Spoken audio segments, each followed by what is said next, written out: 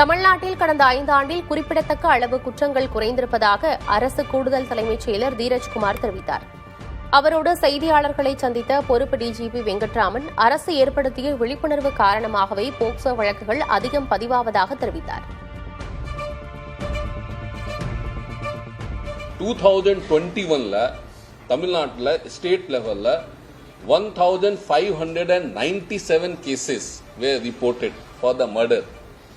இதே நம்பர் வருஷம் அப்படி ஸ்டீடி டிக்ளைன் காட்டிட்டு இருக்கோம். 2024ல 1490 cases, 2025ல 1461 cases. Even rape casesல பாத்தீங்கன்னா same kind of a steady decline is there. 2021 we started with 422 cases being reported. இது அப்படியே ஸ்டீடி டிக்ளைன். இன்னைக்கு 2025ல 401 cases.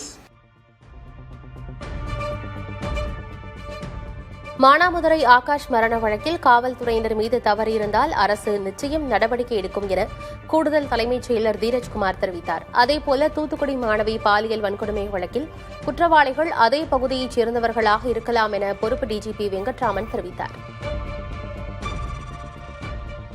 That also we are investigating. அதுவும் நம்ம சிபிசிஐடிக்கு கொடுத்திருக்கோம்.